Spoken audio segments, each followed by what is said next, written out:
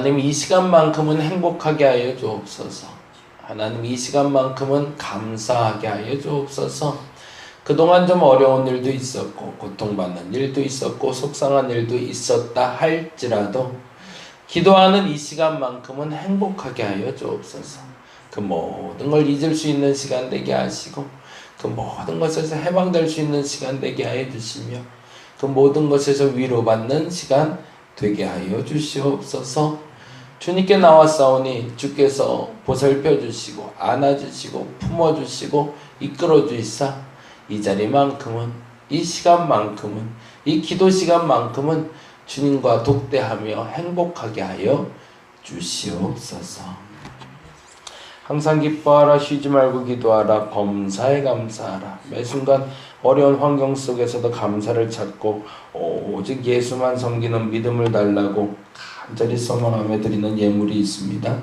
하나님 이 예물을 기뻐 받아 주옵시고 이 기도의 제목만큼 주께서 응답하여 주시옵소서. 우리 안에는 가장 소중한 것을 주께 드릴 수 있는 마음 허락하여 주셨사오니 그 소중한 마음에 주께서 가장 소중한 것으로만 채워 주시옵소서. 이 시간이 행복을 얻어가는 시간이 될 줄로 믿습니다. 감사를 채워가는 시간 될 줄로 믿습니다. 저들과 함께하여 주시옵소서. 고마우신 예수님 이름으로 기도드렸습니다. 아멘. 아멘. 마태복음 27장 말씀 같이 봅니다. 27장 32절에서 44절까지입니다.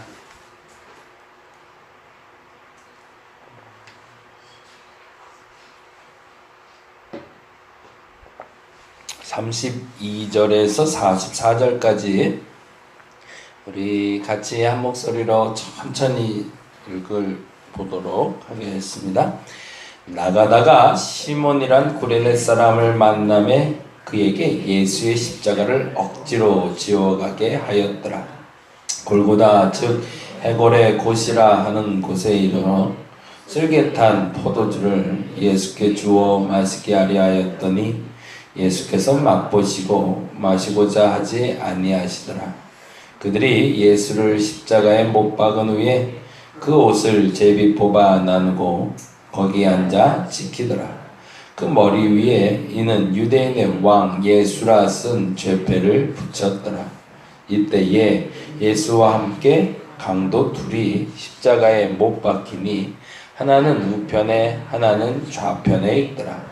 지나가는 자들은 자기 머리를 흔들며 예수를 모욕하여 이르되 성전을 얼고 사흘에 짓는 자여 내가 만일 하나님의 아들이여든 자기를 구원하고 십자가에서 내려오라 하며 그와 같이 대제사장들도 서기관들과 장로들과 함께 희롱하여 이르되 그가 남은 구원하였을 때 자기는 구원할 수 없도다.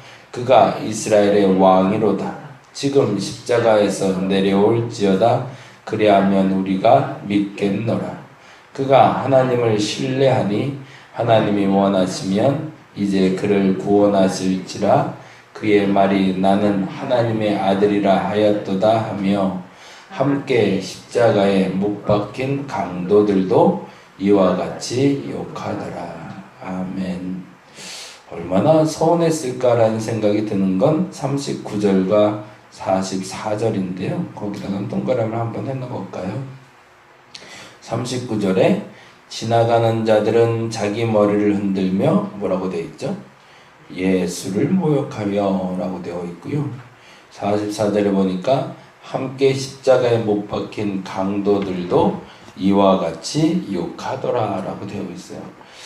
다 같이 십자가에 못 박혔는데 나만 욕을 먹고 있으니 얼마나 속상했을까.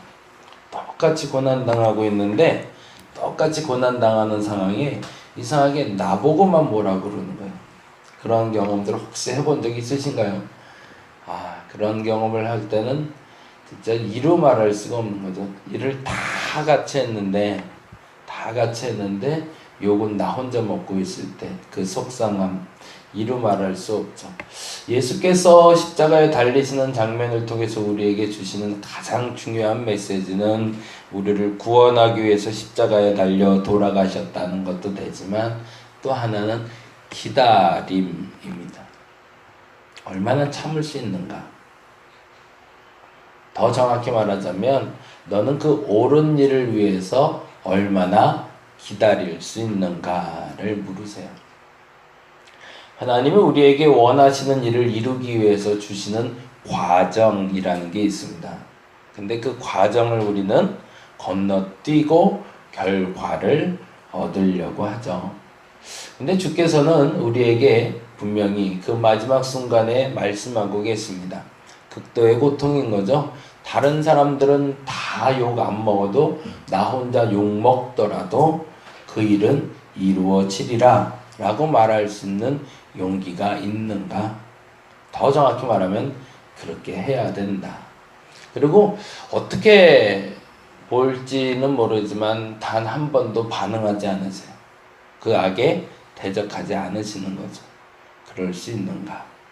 그러면 그 일이 일어날 거라는 겁니다. 근데 우리에게 옳은 일을 할 때는 우리는 보편적으로 그렇게 생각하죠. 누군가 동조자가 있을 거라고. 그리고 그 기대를 가지고 사실은 시작합니다. 그래, 어찌됐든 내가 바른 말을 하고 있으면 누구 하나라도 나한테 칭찬을 하거나 격려를 하거나 잘하고 있어 라고 얘기해 줄 거라고 믿죠. 철옹성같이 믿는데 아무리 주변을 돌아봐도 나 혼자 쓸쓸하게 그 자리를 지킬 때도 있더라라는 거죠. 어저께 교역자 회의라고 우리 목사님들 모임에 가서 이야기를 하다가 그 생각이 들었는데 그 후배 목사님이 여기 그 죽전에 있는 상가에서 목회를 하세요. 참 그분도 대단한 게 저희 예배당보다도 조금 해요. 예배당이 조금 하는데 이제 개척 예배를 드렸는데 지금도 계속 요청이 와요. 그분이 큰 교회 부목사님으로 계셨고 그리고 큰 교회 부목사님으로 계실 때 부모님이 그 교회를 다니셨어요. 그러다 보니까 정말 선한 의도에서 그 교회에서 자꾸 도와주겠다고 하는 거예요. 내가 조금 도와줄 테니 좀 해라. 우리 교회 이름으로 교회 개척해라. 너 꼭 개척하고 싶으면 우리 교회 이름으로 개척해서 그냥 프랜차이즈 만들듯이 그 이름이라는 것도 중요한데 그냥 네가 이렇게 이름 딱 지어서 하는 것보다 어느 교회에서 나온 교회 뭐 이러면은 이거 뭐 여의도 순복음교회가 뭐 분당성전 이렇게 만드는 것처럼 아니 그렇게 하면 조금 더 쉽고 편하게 갈 수 있지 않냐 라고 요청하는데 요지부동으로 안 하는 거예요 자꾸. 아니 그러고서 혼자서 그렇게 정말 버티며 이렇게 진짜 산 넘어가듯이 산 하나 넘어가면서 그렇게 목회를 해요. 근데 그게 벌써 5년 6년이 돼 가는데도 하도 말을 안 들으니까 그 목사님이 직접 부르셨대요. 해도 너무한다고. 내가 이 정도까지 얘기했으면 네가 알아서 나한테 좀 고개를 좀 숙이고 좀 따라오지 이게 뭐냐고 그랬더니 그래도 안 하겠다고.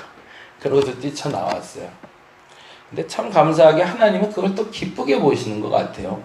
그 작은 교회의 상가에 아무리 눈 쓰고 찾아봐도 교회가 없어 보여요.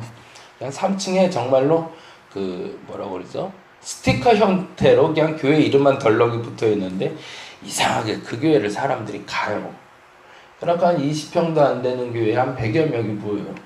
그래갖고 2부 예배를 바글바글 하고서 밥 먹고 빠지기 바쁘게 막 그렇게 예배를 드리는 교회가 됐어요. 그리고 나서 하나님이 기뻐하셨는지 그 건물 9층인가를 요번에 살 수 있도록 마련을 해주셔서 얼마에 샀대더라? 금액은 정확히 기억이 안 나는데 어쨌든 한 120평 되는 공간을 요번에 구입하게 됐어요. 그래서 한 3년 안에 이제 건물은 올리진 않았지만 거기서 예배 드릴 수 있도록 고지식해요. 참 고지식하고 무던해요 사람이. 그래서 우리끼리 말로 그래서 참 너도 못났다. 그 눈 한 번만 감으면 되는 걸 그걸 왜 못하냐. 그렇다고 죄 짓는 것도 아니고 그 이름 하나 갖다 쓰면은 그래도 거기서 성도도 보내준대지 거기서 재정도 보내준대지 건물도 여차하면 하나 사준대지. 근데 그걸 왜 못하냐 그랬더니 아우 형님 그건 도저히 못하겠대 그러시는 거예요. 이게 참 그런 목사님들이 있다는 게 어찌 보면 희망이라면 희망이 아닐까라는 생각을 해봤습니다. 왜 그럴까요? 어느 순간에 유혹이라면 유혹이 들어오죠. 근데 그게 완전히 잘못된 건 아니고, 그러니까 정확한 표현은 유혹과 죄는 구별이 됩니다. 유혹은 아직은 죄는 아니에요. 근데 그거를 잡으면 죄가 돼요. 그러면 나중에 그 굴레를 못 벗어나요. 벗어나고 싶어도 어느 날 뒤돌아보면 너 그거 잡은 적 있잖아 라는, 이번에 이제 청문회 또 열리잖아요. 윤석열 씨 청문회 열리는데 뭐라도 하여튼 잡아놓으면 그건 나중에 올무가 돼서 나를 걸게 되니까. 근데 그거를 안 잡고 갈 수 있는 버티는 힘이 언제까지지는 알 수 없지만 그 올무를 잡지 않고 그 유혹을 잡지 않고 버텨낸 사람은 거룩한 삶이 지속할 수 있지만 그 어느 시점엔 멈춰버리고 만다는 거죠.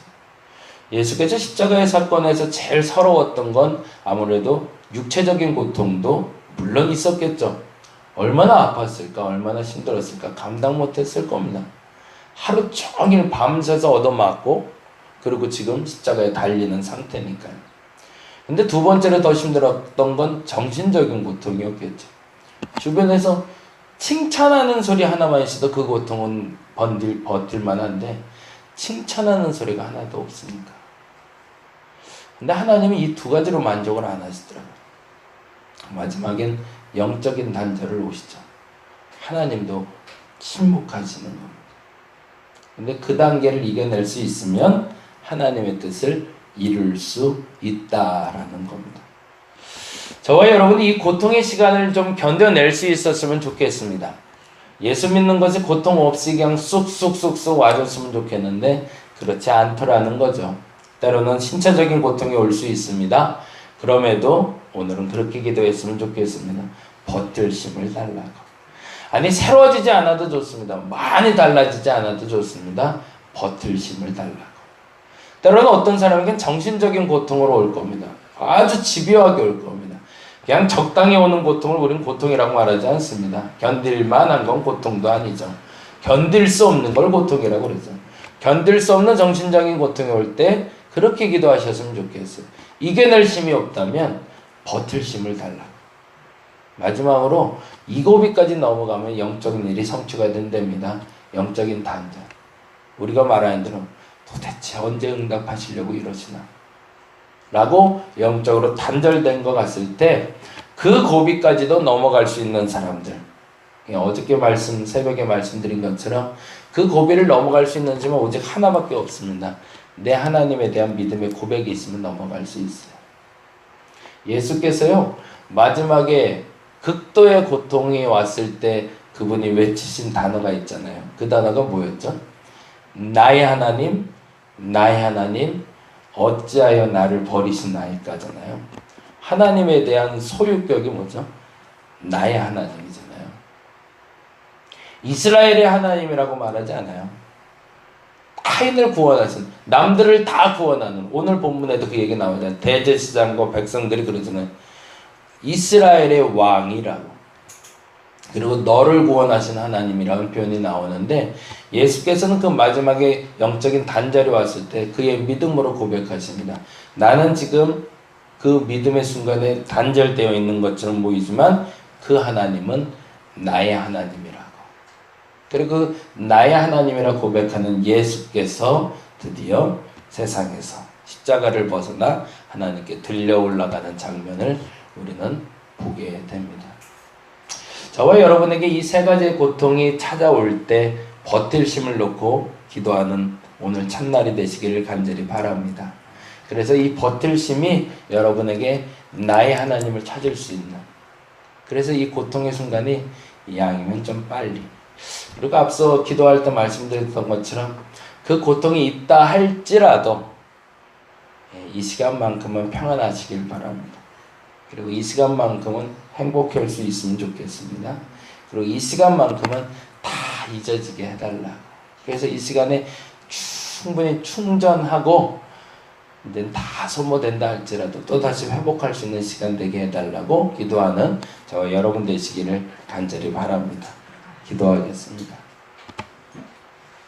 너무너무 힘듭니다. 고통이 나를 괴롭히지 않으면 그걸 고통이라고 말할 수 없습니다. 고통은 참을 수 없는 것이 고통입니다. 적당히 참을 수 있는 걸 누가 고통이라고 합니까? 이게 아프고 마네 라고 얘기하겠죠. 그 정도의 고통이 아닙니다. 그 정도의 아픔이 아닙니다. 그래서 못 살 것 같습니다. 하나님, 이 고통을 사라질 수만 없다면 하나님 버틸 힘을 내게 허락하여 주옵소서. 이 과정을 건너가야 십자가를 넘어서야 부활의 영광이 있는 줄 믿사오니 하나님, 내게 다가오는 이 모든 고통의 순간들, 육체적으로, 신체적으로, 정신적으로, 영적으로 다가오는 이 모든 고통에 오늘 이 시간만큼은 자유롭게 하여 주옵시고 이 시간에 얻어진 그 자유로 말미암아 돌파해 나갈 수 있는 믿음을 허락하여 주시옵소서. 오늘 이 시간 저들의 마음을 어루만져 주옵시고 하나님 위로하시고 회복시켜 주시옵소서. 감사합니다. 고마우신 예수님 이름으로 기도드렸습니다.